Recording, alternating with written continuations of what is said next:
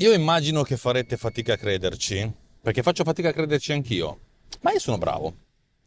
Ora, dato che qui in questa roba che facciamo tra noi, che si chiama The Morning Rant in video e Technopills in audio, passo spesso a parlarvi della mia vita da sviluppatore di software, che mi fa ridere come cosa perché però è quella che mi diverte di più, che è strana come cosa. Quando sono un produttore, regista e produttore di spot televisivi, sono più bravo. E che è strano perché uno va a dire, tirar fuori le cose in cui è bravo e farvele vedere.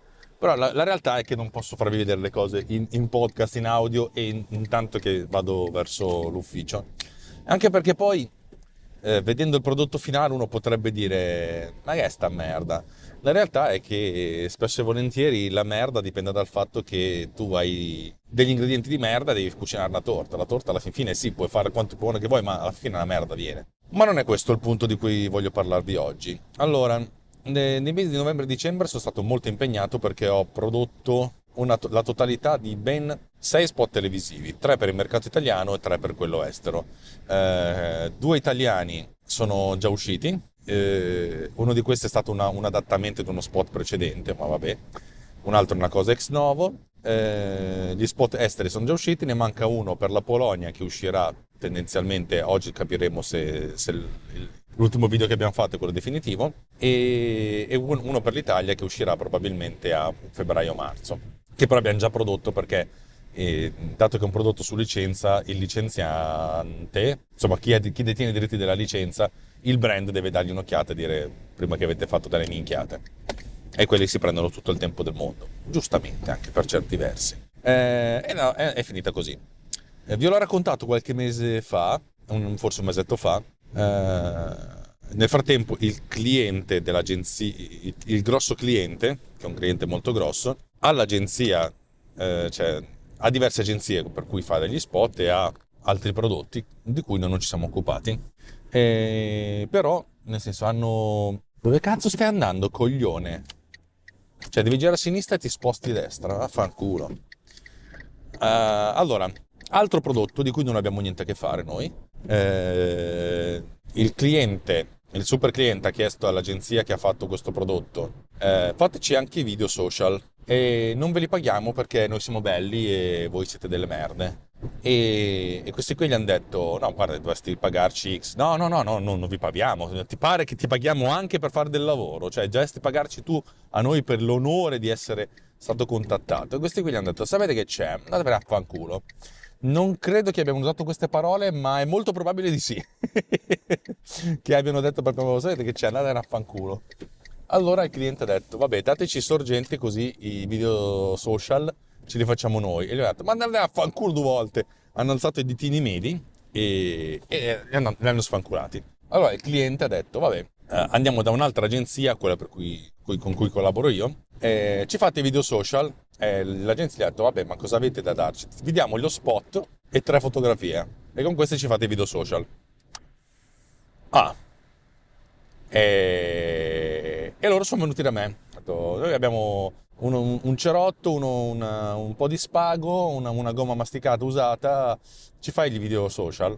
E io ho fatto 2 conti, ho detto: guarda, questa roba costa X. E loro hanno detto: ma il cliente ci ha dato a disposizione X diviso 10. No, X diviso 9, siamo onesti. E io, e loro hanno detto: guarda, non l'abbiamo neanche detto al cliente che costa tanto. Ci siamo arrangiati e abbiamo contattato un videomaker che insomma ha cercato di fare queste cose, un videomaker più junior di te, va bene, che ha cercato di tirare fuori il sangue dalle rape, perfetto. La campagna, hanno fatto questi video social spendendo un cazzo e mezzo, anzi mezzo cazzo. Va bene, io di questa cosa qua non mi sono neanche più interessato perché mi sono detto: sai che c'è, che me ne frega a me di sta roba qui, cioè di lavorare su materiale fatto da altri. Tra l'altro lo spot l'ho anche visto. Lo spot l'ho visto, nel senso aveva delle riprese interessanti, che ho trovato poco drammatiche ma funzionali al prodotto, fatte con un motion control abbastanza buono. Però effettivamente adesso gli slider con un motion control minimo ti vengono fuori a 800 euro, a 1000 euro, per cui tendenzialmente lo puoi fare come investimento, oppure come noleggio a 200 euro per una giornata di shooting. Ci sta, perfetto. Ha fatto delle cose interessanti, io non le avrei fatte così, e basta, nel senso. Però la motion graphics, le grafiche in sovraimpressione, lo devo ammettere, erano veramente brutte. Cioè, E credo che il significato sottostante a questa roba qui è che il cliente, quello che detiene il prodotto, li ha pagati troppo poco. E loro hanno detto, sai che c'è? Non è che ti pigliamo un master motion graphic animator super cool come se fosse Antani. Usiamo i testi standard di Final Cut o di Premiere, nel senso, secondo me era quello di Final Cut, e con un font di merda. Cioè il primo font che c'è, hanno preso uno stagista essenzialmente, ha detto, senti, fai sta roba qui e non rompere le palle. Le riprese andavano bene, va bene. Lo spot non mi è piaciuto per questo motivo. Le riprese potevano andare bene, io non le avrei fatte così, però vabbè, quella è una questione di gusto. Però la grafica, cioè i testi in sovraimpressione erano proprio brutti, ma proprio brutti, brutti. Vabbè. E questa roba qua è finita così. Il prodotto non sta andando benissimo, nonostante secondo me sia abbastanza forte. Però sapete, su questa roba qui non c'è... È difficile capire cosa può andare bene e cosa può andare male, cioè, non si capisce bene, è un mercato stranissimo. Insomma, non sta andando bene e soprattutto la campagna social sta andando malissimo. E di quelli hanno le metriche, perché sai quanti hanno cliccato, eccetera, eccetera, eccetera. Al che quello che voleva spendere X diviso 9 ha abbassato leggermente le orecchie, del tipo che sottoccavano a terra, modello Pluto quando è triste, e ha detto, vabbè, sentite, ci fate la campagna social un po' più bellina? E loro ci hanno detto, sì, però con questi materiali non si può fare niente, dovremmo girare di nuovo qualcosa. Ah, beh, sì, vabbè, dai, facciamolo. Allora, sono venuti da me l'altro ieri, mercoledì. Senti, avevo una cosa in urgenza, mercoledì alle mezzogiorno, ho detto, dovremmo fare sta cosa qua, facciamo delle riprese aggiuntive di questi prodotti. I prodotti ce li abbiamo, proprio rifacciamo delle riprese apposta e poi facciamo il montaggio video. Gli ho detto, volete solo le riprese oppure che vi faccio anche il montaggio? No, no, già che ci sei, fai tutto tu. Va bene, cioè nel senso, allora gli ho messo fuori una cifra molto onesta. Però vabbè, ci stava. E ci hanno messo un po', poi hanno accettato alle 16:30, 17 di mercoledì. Io ho detto, vabbè, vengo lì il giorno dopo, facciamo subito queste riprese al volo, così siamo a posto. Ieri, giovedì mattina, sono andato lì a fare le riprese. Non avevo nessun tipo di preconcetto, perché questa è la cosa, adesso tutto questo era un preambolo. Non avevo nessun tipo di preconcetto, cioè vengo lì, giro essenzialmente del materiale di queste macchinine che avevo già visto in video, però finalmente le potevo toccare con mano, e poi su queste costruiamo dei video social, perché essenzialmente hanno delle esigenze differenti. I video social devo girarli in verticale, però con il soggetto che sta all'interno di un quadrato, per due motivi, perché quadrato va bene nei reel, nelle cose, e no, oppure viceversa. Insomma, fatto sta che vogliono il video quadrato e anche in verticale, però nei social il verticale sì, va bene per le storie, sì, va bene per le cose, però la realtà è che anche nei reel la parte utile visibile è quella al quadrato al centro, perché sotto ci sono tutte le indicazioni, quanti like, quante cose, eccetera, eccetera. Sopra ci sono indicazioni testuali. Insomma, il contenuto deve, pur essendo verticale, sta all'interno di un quadrato, che è comodo, così essenzialmente tu giri una volta sola in verticale e quando ti serve il quadrato lo ritagli soltanto dal centro. E sti cazzi. E arrivo lì e arriva il capo dell'agenzia, siamo abbastanza amici, insomma, c'è molta confidenza. Guarda, mi hanno detto, l'esigenza è che questo prodotto è anche bello, nel senso questi modellini sono bellini e hanno dei dettagli fatti bene, per cui l'idea è quella di starci sotto, fai vedere bene i grandi dettagli e concentriamo, cioè l'oggetto principale, cioè è un prodotto collezionabile, tanti oggetti separati, e il primo che viene venduto è anche quello più apprezzato dagli eventuali collezionisti o quelli che si ricordano l'oggetto reale, ed è questo qua. Secondo me è il peggiore, cioè nel senso è il più brutto, perché io cioè, come automobile non mi fa... sono automobili. Vabbè. Non è che mi fa impazzire, però è quella lì da prendere, va bene. È stato interessante perché ho avuto un brief. Nel senso, non soltanto facciamo video social, concentriamoci sui dettagli che sono molto belli e sul primo, su questo qua in particolare. Me ne hanno dati 4 da filmare. Va benissimo. La mia idea era quella, prendo ogni singolo prodotto, lo inquadro da diverse inquadrature e poi faccio anche delle composizioni in cui li faccio vedere tutti con una carrellata.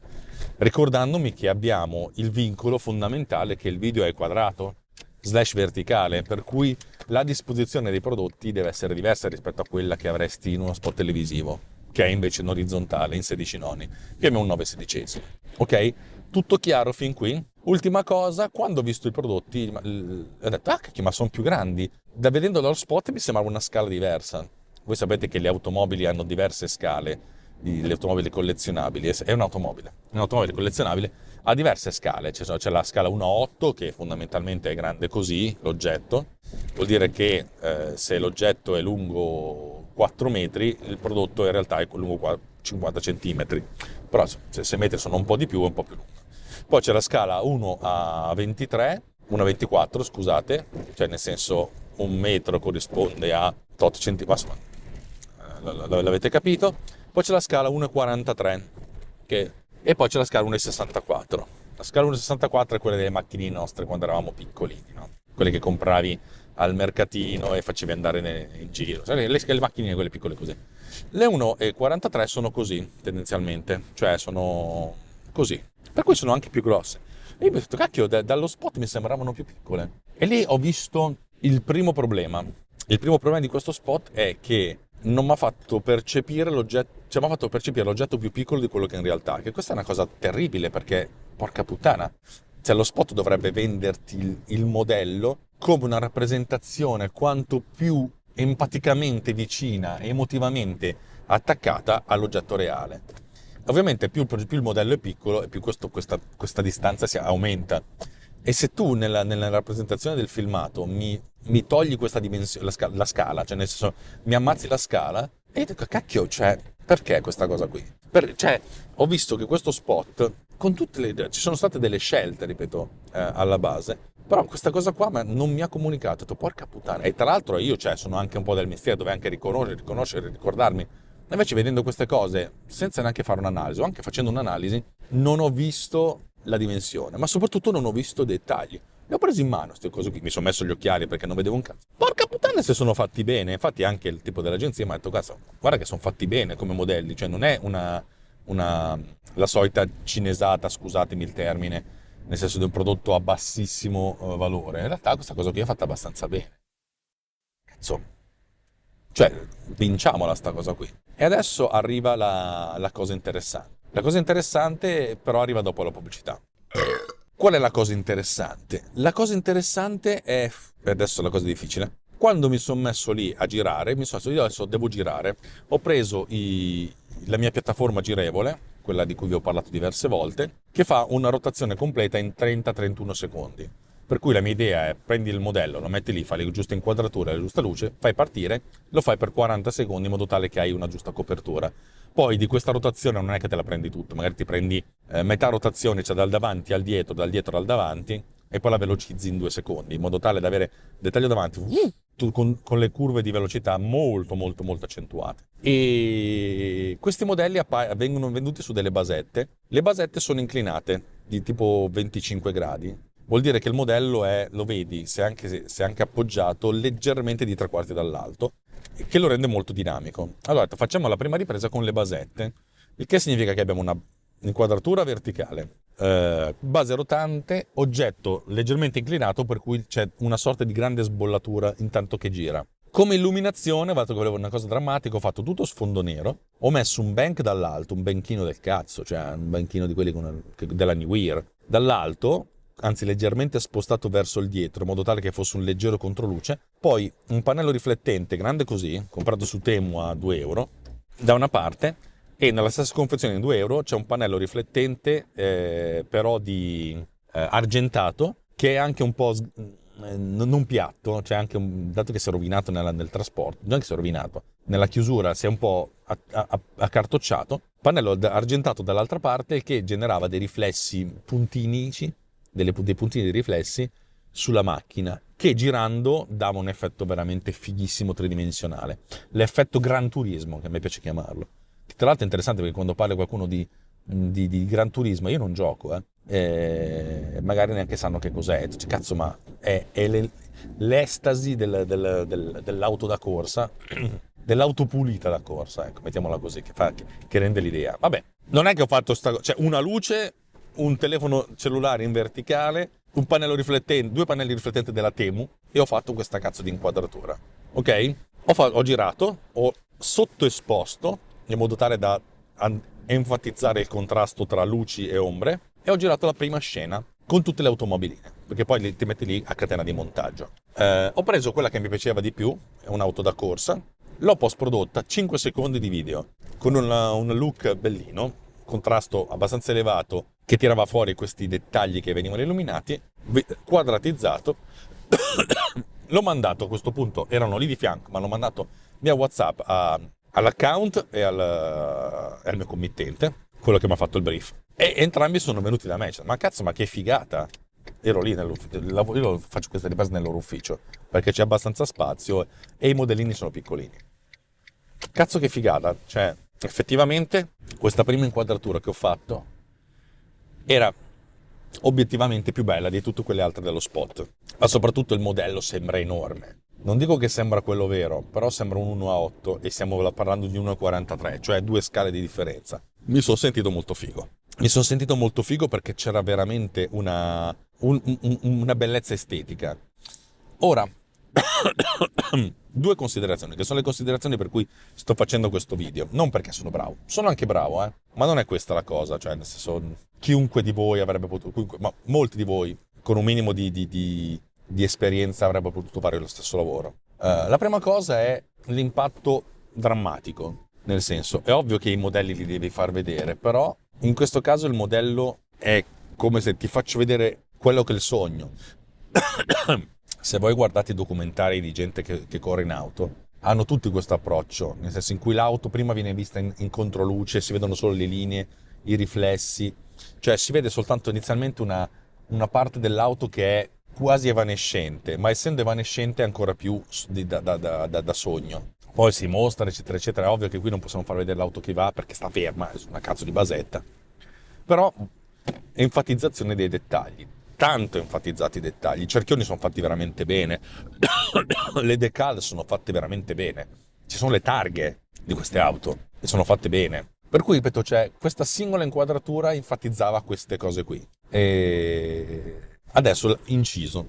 Il committente dicendo, quando è venuto da me, ha detto, guarda, il cliente ha accettato di spendere quella cifra, che per lui è tanto, per me è anche poco, però. E di conseguenza dobbiamo fare una cosa figa. Cioè dobbiamo far vedere che quando le cose le facciamo noi, le facciamo meglio. Perfetto, ho fatto questa inquadratura, l'hanno mandata al cliente, proprio via WhatsApp, e il cliente ha detto, minchia che figata. Non so se ha detto minchia che figata, però essenzialmente era molto contento, ha detto, bello. Credo che abbia detto bello punto esclamativo, il che vuol dire che è esattamente quello che volevamo. Bello punto esclamativo. Per cui siamo riusciti a cogliere qualcosa di bello in un oggetto che è grande così. A questo punto io mi sono messo a girare la stessa inquadratura con tutte le automobili, da lontano, da vicino, senza basetta, da 3/4 dall'alto, tenendo il modello totale oppure prendendolo in super macro, in modo tale che nell'inquadratura non ci stesse, fosse tre grande l'inquadratura. Ora, cosa vuol dire prendere un oggetto tre grande rispetto all'inquadratura? Se voi avete un vitro quadrato così e l'oggetto è grande così, ovviamente cioè, inquadrate un dettaglio dell'oggetto, una parte, mentre la maggior parte sta fuori. Questa cosa qui, che cosa significa? Questa cosa qui, adesso ve la dico in maniera molto semplice, fa sembrare l'oggetto ancora più grande. Perché, cioè, nel senso, quando l'inquadratura non prende il totale delle cose, tu, nella tua testa, ti costruisci quello che è il resto. Cioè, ti costruisci il fatto che c'è molto di più di quello che vedi. Quello che vedi cioè quello che non vedi è ancora più amplificato. Per dirvi, se voi dovete riprendere una folla e avete 20 persone da inquadrare, non mettete 20 persone nell'inquadratura, ne mettete 15 e alcuni li mettete ai lati in modo tale che siano a metà, ok? Questa cosa qua fa pensare che ce n'è altri, quanti non si sa, però non vi fa pensare che ce ne sono altri 2,5 in fuori nell'inquadratura, vi fa pensare che ce sia il doppio, il triplo. Questo è il trucco di inquadrare le folle. Inquadrare le folle è non inquadrarla tutta insieme la folla, piuttosto stringi l'inquadratura, invece di usare un 50 mm, usi un 100 mm, cioè nel senso stai chiuso, però fondamentalmente non devi inquadrarla tutta. Se tu non inquadri tutto il soggetto sembra ancora più grande, ok? Questo è stato l'approccio. Poi ovviamente ho fatto un'inquadratura totale con tutti i modelli, eccetera, eccetera, eccetera. Va benissimo. Perché? Ma perché, cavoli, cioè alla fine devi farli vedere nella loro totalità insieme, ben illuminati, chiaro, eccetera, eccetera, eccetera. Però capite che abbiamo due impatti, l'impatto dell'emotività, del farle sembrare l'oggetto enorme, e poi l'impatto della totalità, in cui fondamentalmente vediamo ed è essenzialmente, prima ti ho emozionato, ti ho fatto vedere quanto sono fighi, adesso il messaggio finale è: se vuoi saperne di più, clicca qui che vai sul sito. E sul sito c'è un pulsante grande quanto il sito stesso, anzi più grande, perché esce dall'inquadratura, cioè abbonati oppure compra, avete capito? Però questi non sono più affari miei, perché essenzialmente il sito non lo faccio io, il mio compito è portare la gente a cliccare, ok? Per cui la gente deve essere incuriosita. Deve essere incuriosita e infatti io a livello comunicativo scriverei di meno, nel senso mostrerei tutte queste cose qui, cioè nel senso metterei una frase del tipo scopri i capolavori, fai delle cose, c'è un cane con una maglietta che sembra un ciclista, vabbè. Cioè lascerei molto alla curiosità, in realtà il cliente mi farà scrivere qualsiasi cosa, una collezione di tot, vabbè, capolavori, vabbè, riprodotti nei minimi dettagli, eccetera, eccetera, le solite cose che si scrivono, clicca qui per abbonarti, non clicca qui per saperne di più, che secondo me già questa è una cosa sbagliatissima, però vabbè, però queste sono opinioni mie. Ora, sono arrivato a quanti minuti di registrazione, non sono ancora arrivato al vero punto che vi svelerò in 2 secondi dopo, però è bello che io vi monti tutta la panna, perché? Perché a questo punto siete anche interessati. Secondo me se non siete interessati al video che sto producendo, sto facendo male il mio lavoro, dove il mio lavoro è parlare a voi. Per cui spot pubblicitario un'altra volta o interruzione su YouTubero e poi dopo finiamo di chiacchierare. Qual è stata la grande differenza nel realizzare questo prodotto che non ho ancora realizzato? Io l'ho girato ieri e oggi inizierò a montarlo, anzi pulire un po' il video, però insomma, bisogna ancora parlare del copy. Ci devono mandare il font e il colore da usare, però vabbè.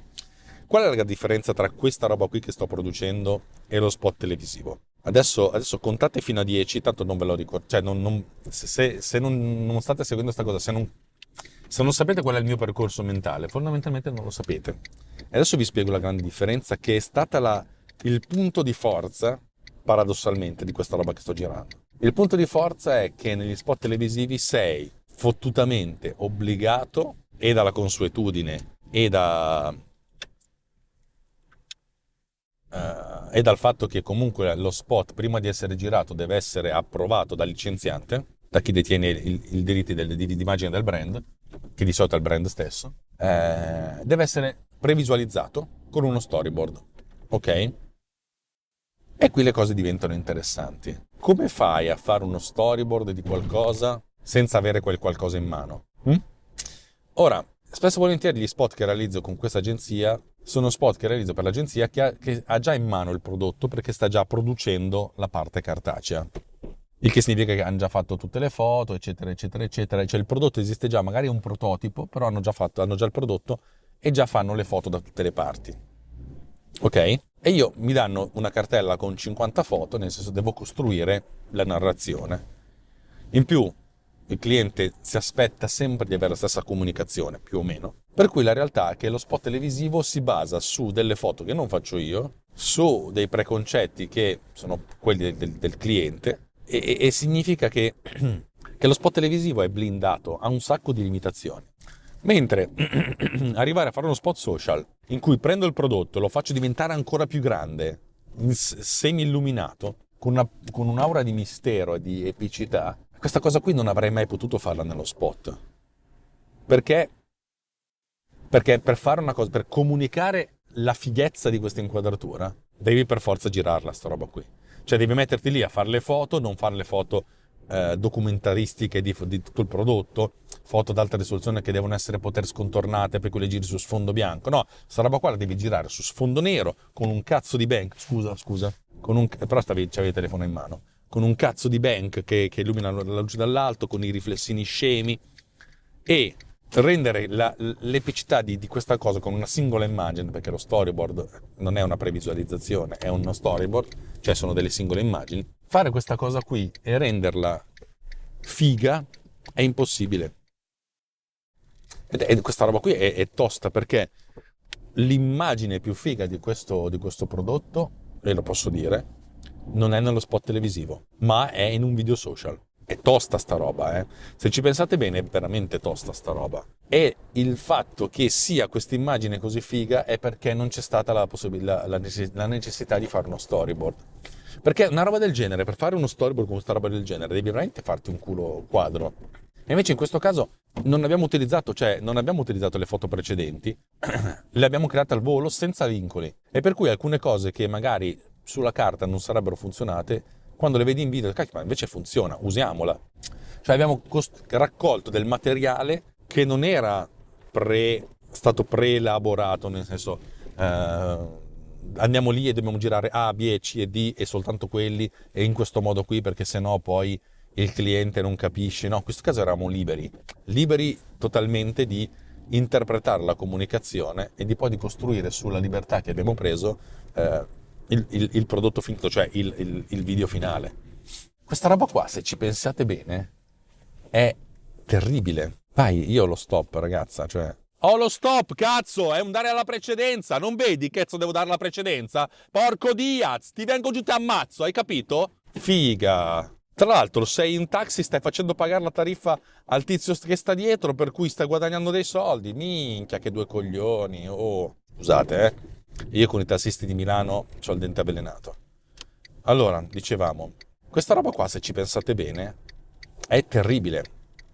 È terribile perché la cosa più bella che è stata fatta, ed è obiettivamente la cosa più bella che è stata fatta per questo spot, per questo prodotto, non è nello spot televisivo. Cioè è in un prodotto accessorio, uno di quelli che una volta si sarebbe chiamato below the line. Ok, adesso invece secondo me chi lo chiama below the line? A parte il fatto che below the line non esiste più, è tutto below the line perché è tutto a basso budget, andate tutti a fanculo per questo. Cioè il fatto di non avere il vincolo di precomunicare ci ha dato la possibilità di scoprire delle cose più belle, ok?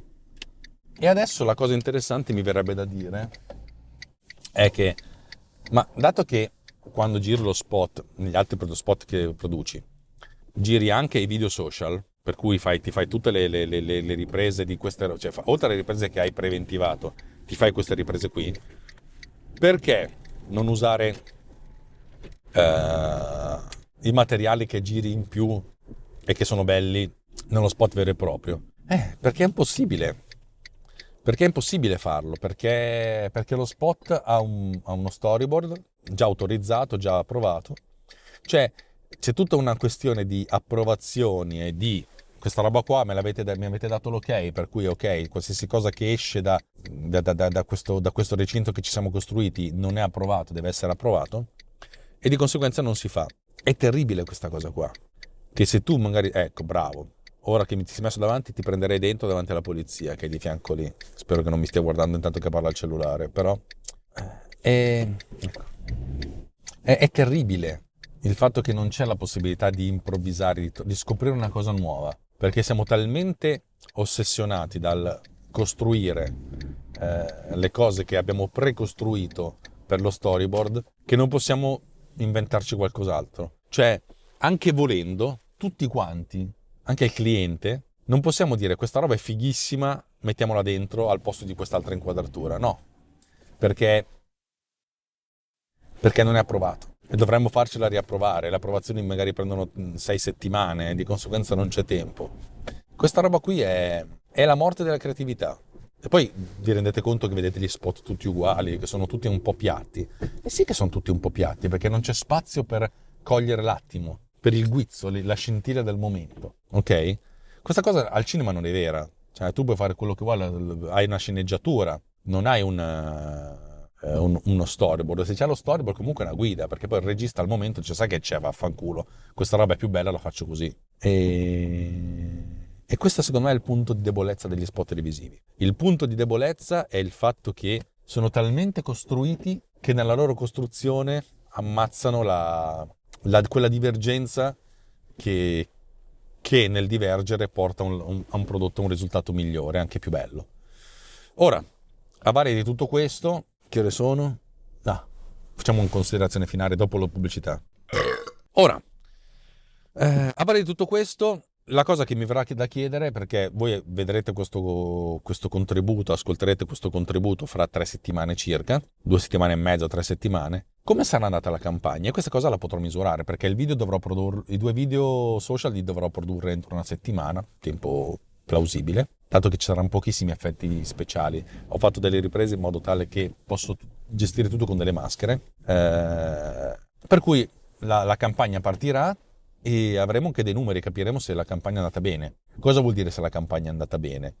Capiremo se la gente... Capiremo... Il cliente non sarà soddisfatto perché se la campagna ha l'obiettivo di cliccare da qualche parte e di far acquistare, ovvio che se uno clicca però poi non acquista, non va buono. Io per esempio, fossi il cliente, farei un mini sito con dei frame presi dai video che ho girato, in modo tale che possa avere tutta questa comunicazione empatica e enfatica e fighissima, però il cliente no, perché tendenzialmente non può permettersi di fare sta cosa qua. Tipo, se il sito ha sfondo bianco rimane bianco, non è che puoi fare un mini sito con sfondo nero. E secondo me questa roba qui è un punto di debolezza, del fatto di avere tutto incasellato, tutto precostituito, prefatto. Però vabbè. Capiremo se è andata bene o è andata male, per cui magari in un follow up oppure vis-à-vis vi dirò come è andata per le informazioni che avrò in mano. E ovviamente vi farò vedere i video che avrò realizzato. Sempre perché non li vedrete voi su Instagram, però anche Instagram è una piattaforma morente, no? Tanto più che adesso non c'è più bisogno di fare fact checking su Instagram e su Facebook, per cui possiamo dire tutti che X è froscio, è negro, è musulmano, eccetera, eccetera, eccetera, per cui ve lo siete creato voi sto mondo di merda, eh? Io non c'entro. Sì, faccio pubblicità su Facebook, però io non c'entro, perché su Instagram non posto più, Facebook non lo frequento da una vita, ogni tanto mi dicono ho pubblicato una roba su Facebook e io... Questo è il tassista di prima che caga il cazzo. E io, buon per te, io non ci vado più. Sto pensando proprio di disiscrivermi, di cancellare tutto quello che c'è stato, perché sti cazzi, cioè nel senso è l'odio, la piattaforma dell'odio, tutte piattaforme di odio. Perché l'odio genera engaging e vaffanculo, dovete morire tutti. Vedete, l'odio nei confronti dell'odio è ancora odio? Bella domanda. Vabbè, avete capito, spero, quello che volevo comunicarvi e sono quasi arrivato in ufficio, per cui sto per finire la puntata. Mi dice 5 minuti, 6 minuti per arrivare in ufficio, ma secondo me è un po' meno perché lui mi fa fare delle strade del cavolo.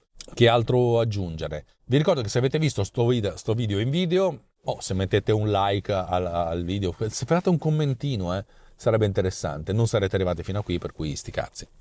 Sottoscrivetevi al canale, non è vero perché da quando sto pubblicando in italiano sto perdendo abbonati, va bene. E invece, se avete sentito sta roba in audio, siete invitati ad andare sul gruppo Telegram, telegram.me/technopillsriot e dire ciao, oppure dire cosa ve ne pensate.